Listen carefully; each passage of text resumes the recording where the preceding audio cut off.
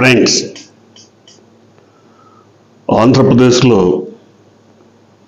అంతర్గతంగా ఏం జరుగుతుంది, రహస్యంగా ఏం సాగుతుంది, ఎందుకని ఇన్ని అభియోగాలపైన ప్రభుత్వం పెదవిప్పట్లేదు, మాట్లాడటం లేదు? ఈ మౌనం వెనక ఉన్న అంతరార్థం ఏంటి? ముఖ్యంగా భూపందేరాలకు సంబంధించి అనేక రకాల విమర్శలు, తర్వాత వాటిపైన అభిప్రాయాలు వ్యక్తమవుతున్నప్పటికీ ఎందుకని ప్రభుత్వం మౌనం వహిస్తోంది? మరొక ప్రశ్న కూడా తలెత్తుతోంది. టీసీఎస్ పేరుతో విడుదల చేసినటువంటి భూమి 99 పైసలకే వాళ్ళకి దఖలు పరిచిన 21 ఎకరాలు, దాదాపు 22 ఎకరాల భూమి నిజంగా టీసీఎస్కే ఇచ్చారా? ఇచ్చి ఉంటే ఇంత గందరగోళం జరుగుతున్నప్పుడు టీసీఎస్ ఎందుకు మౌనం వహించింది? ఎస్, మేము ఆ భూమిని తీసుకుంటాం, మంత్రి లోకేష్ చెప్పినట్టు 13,000 కోట్లు పెట్టుబడి పెడతాం, 12,000 మందికి ఉద్యోగాలు ఇస్తున్నామని ఎక్కడైనా చెప్పిందా? లేదు, టీసీఎస్ పేరుతో టీసీఎస్ నుంచి ఫ్రాంచైజ్ తీసుకున్నామని చెప్పి మనోళ్ళు ఎవరన్నా కొట్టేశారా? ఎందుకంటే ఈ ఉరఫ్ అర్సా భాగవతం బయటికి వచ్చిన తర్వాత ఇలాంటి అనుమానాలు పెళ్ళుబుకుతున్నాయి. టీసీఎస్కి ఇచ్చినటువంటి భూమి కూడా మనోళ్ళ లెక్కలో, ఖాతాలో చేరిపోయిందా? నిజంగా టీసీఎస్కే చెందిందా? టీసీఎస్కి అంత కారు చౌకగా, భూమండలం మీద ఎక్కడా కూడా అంత కారు చౌకగా దొరికేటువంటి అవకాశం లేదు. మరి ఎందుకు ఇచ్చారు? ఏదో పరిశ్రమలు రావాలి, లేకపోతే నిరుద్యోగం పోవాలి, ఉద్యోగం, ఇట్లాంటివన్నీ చెప్పచ్చు కబుర్లు. కానీ ఒక స్టార్టప్ కంపెనీకి ఇచ్చారన్న అర్థం ఉంది. వాళ్ళు కొత్తగా ఎంటర్ప్రెన్యూర్స్గా వస్తున్నారు కాబట్టి వాళ్ళకి ఏదన్నా సహకారం అందించామని. కానీ టీసీఎస్కి ఇవ్వడంలోనే మతలబ్ ఏంటి అని రకరకాల ప్రశ్నలు వస్తున్నాయి. ఎందుకంటే ఉర్సా వ్యవహారం, ఉర్సా భాగవతం బయటికి వచ్చిన తర్వాత టీసీఎస్ పైన కూడా అనుమానాలు వస్తున్నాయి. అయితే దీనికి రకరకాల అభిప్రాయాలు, రకరకాల భాషలు చెప్తున్నారు. ఆంధ్రప్రదేశ్కి చెందినటువంటి, కూటమికి చెందినటువంటి ఈ ఎల్లో ముఠాయే రకరకాల భాషలు చెప్తోంది. ఎస్, మేము ఈ 5 ఏళ్లలో మేము ఏం చెయ్యాలో అది చేస్తాం, ఏం సాధించుకోవాలో అది సాధిస్తాం. ఎవరు ఎన్ని మాట్లాడినా, ఎవరు ఎంత విమర్శించినా, ఎవరు ఏం చేసినా మమ్మల్ని అడ్డుకోలేరు. అందుకనే ఇప్పుడున్నటువంటి ప్రభుత్వ ఫస్ట్ అండ్ ఫార్మోస్ట్ ప్రయారిటీ ఏంటి? అమరావతి. అమరావతి పేరుతో దాదాపు 1,00,000 ఎకరాలని కొల్లగొట్టినటువంటి తీరు చూసిన తర్వాత ప్రపంచ చరిత్రలో ఎక్కడైనా ఇలాంటి లూటీ ఉందా? అసలు ఎక్కడన్నా ఉందా? ఆ భూమిని మనం ఏ రకంగానూ వాడుకోవట్లేదు, దానికి కౌలు కడుతున్నాం. ఆ భూమి మనం తీసుకోవడం ఎందుకు? దాన్ని డెవలప్ చేసి మళ్ళీ రైతుకి 1200 గజాలు ఇవ్వడం ఎందుకు? ఇదెక్కడి భాగవతం? కొనేయచ్చు కదా దానికంటే. మన దగ్గర డబ్బులు ఎంతవరకు ఉంటాయో, మన దగ్గర మనం ఇల్లు కట్టుకోవాలనుకుంటాం, మనకు కావాలి ప్యాలెస్ కట్టాలని ఉంటుంది 1000 గజాల్లో. కానీ మన స్తోమత 100 గజాలు కొనే స్తోమత కూడా లేదు. 100 గజాలే కొనుక్కుంటా, లేదా 90 గజాలే కొంటాం. అట్లాగే ప్రభుత్వం కూడా 1000 ఎకరాలు, 2000 ఎకరాలు, 5000 ఎకరాలు కొనేసి దాంట్లో మీ ఇష్టం ఉన్నవి కట్టుకుంటే పోయేది కదా. ఇప్పుడు 54,000 ఎకరాలు తీసుకొని ఇంకో 44,000 ఎకరాలు కొని మొత్తం 1,00,000 ఎకరాలతో ఏం చేయాలనుకుంటున్నారు? దీని వెనక మతలబ్ ఏంటి? ఇక్కడే అనేక రకాల అభిప్రాయాలు బయటకు వస్తున్నాయి. భూభాగోతాలన్నీ కూడా రాబోయే 4 ఏళ్ల కాలంలో గుట్టు చప్పుడు కాకుండా జరిగిపోతాయన్న విషయం మన దగ్గర కాదు, అమెరికాలో వంటి దేశాల్లోనే చర్చలు సాగుతున్నాయి. నిజమా అంటే నిజమే.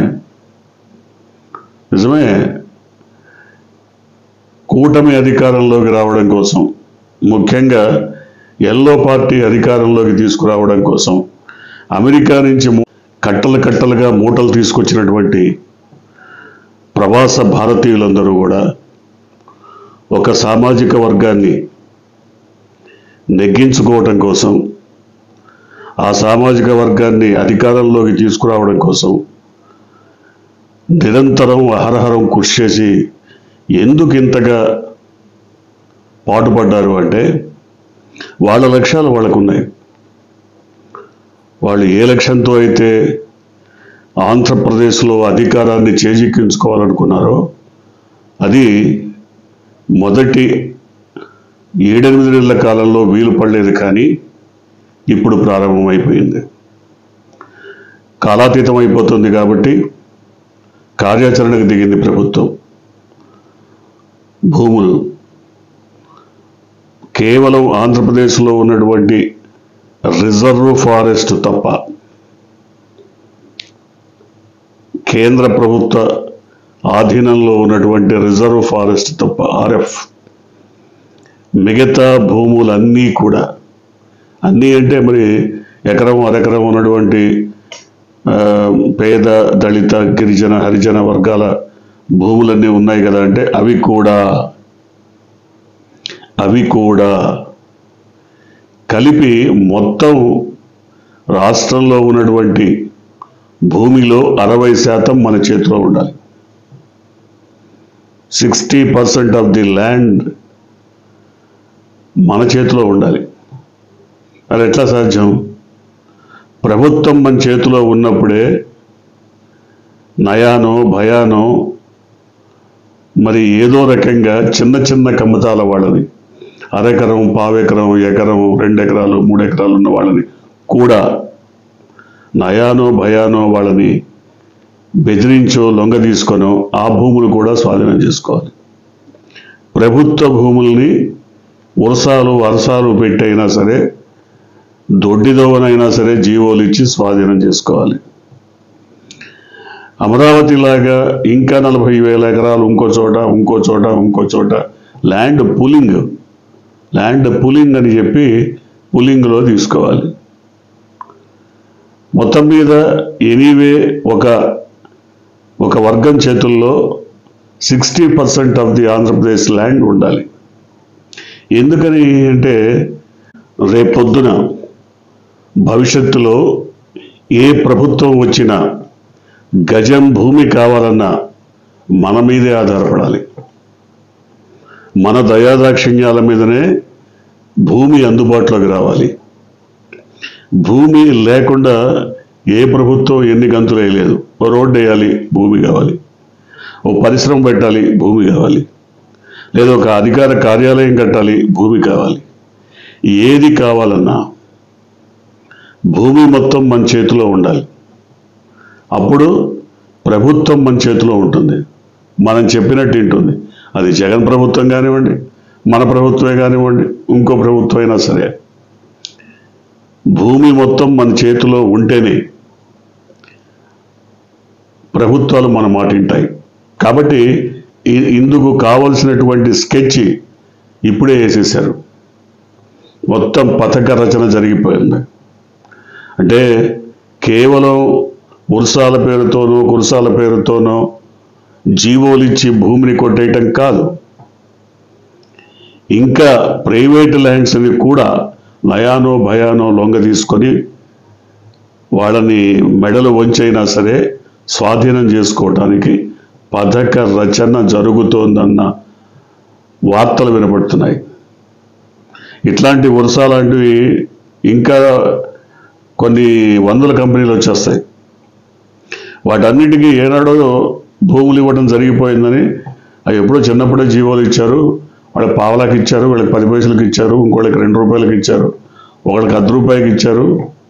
ల్యాండ్ అంతా దాదాపు పనిచేశారు. మరి ఇంత జరుగుతున్న ప్రతిపక్షం ఏం చేస్తోంది? ప్రతిపక్షం కేవలం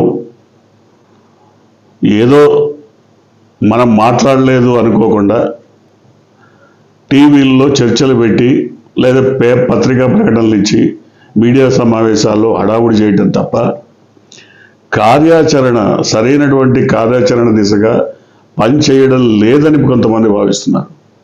ఎస్, మీరు కోర్టుకు వెళ్ళండి, కోర్టులో ఇదే మీరు వైసీపీ కనుక చేస్తుంటే కోర్టుల్లో టీడీపీ ఛాలెంజ్ చేసి ఉండేది. మరి ఇప్పుడెందుకు మీరు ఛాలెంజ్ చేయట్లేదు?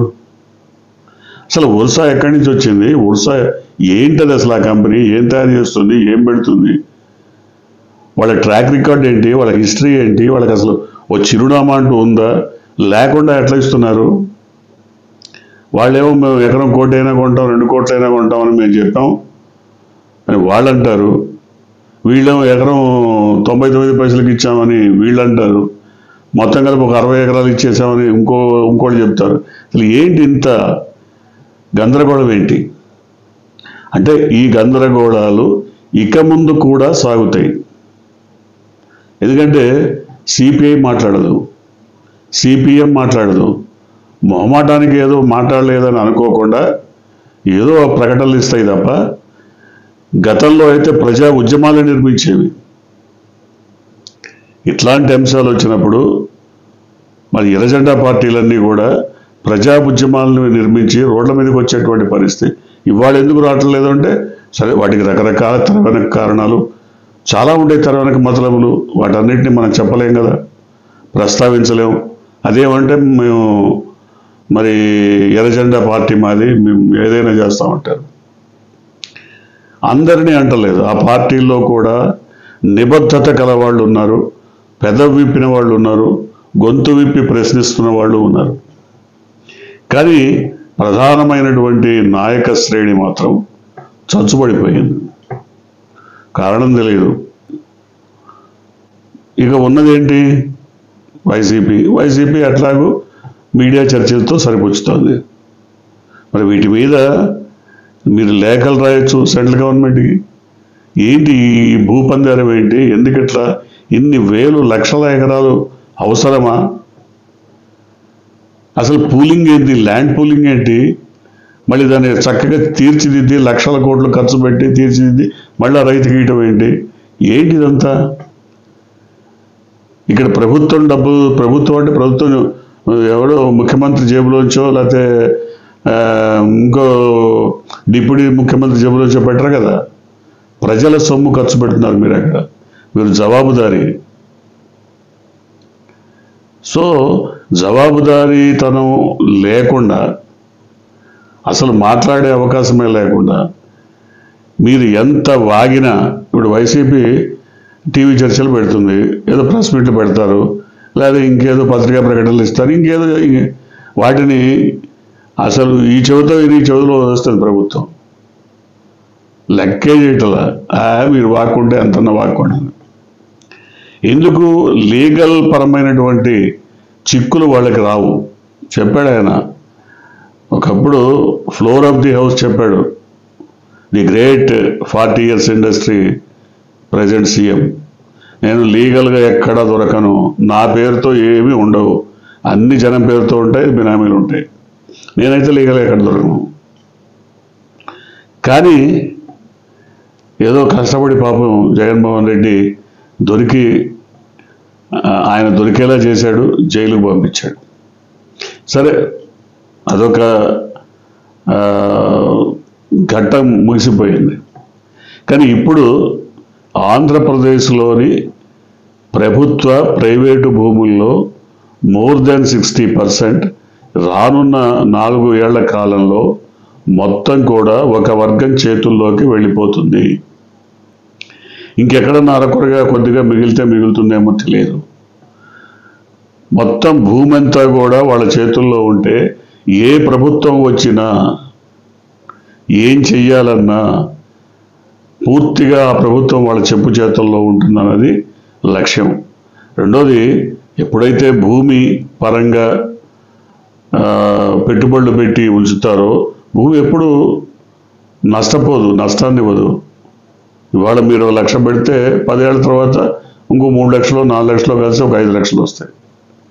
సో ఆ అంచనాలు 100 ఏళ్ళైనా మాకు ఈ భూమి పరంగా వచ్చేటువంటి లాభాలు, తరతరాలు తిన్నా తరగని సంపద, ఇవన్నీ లెక్కలు వేసుకునే భూమిని ఏ విధంగా స్వాధీనం చేసుకోవాలి, దీని మీదనే కసరత్తు జరుగుతోందన్న మాటలు వినపడుతున్నాయి.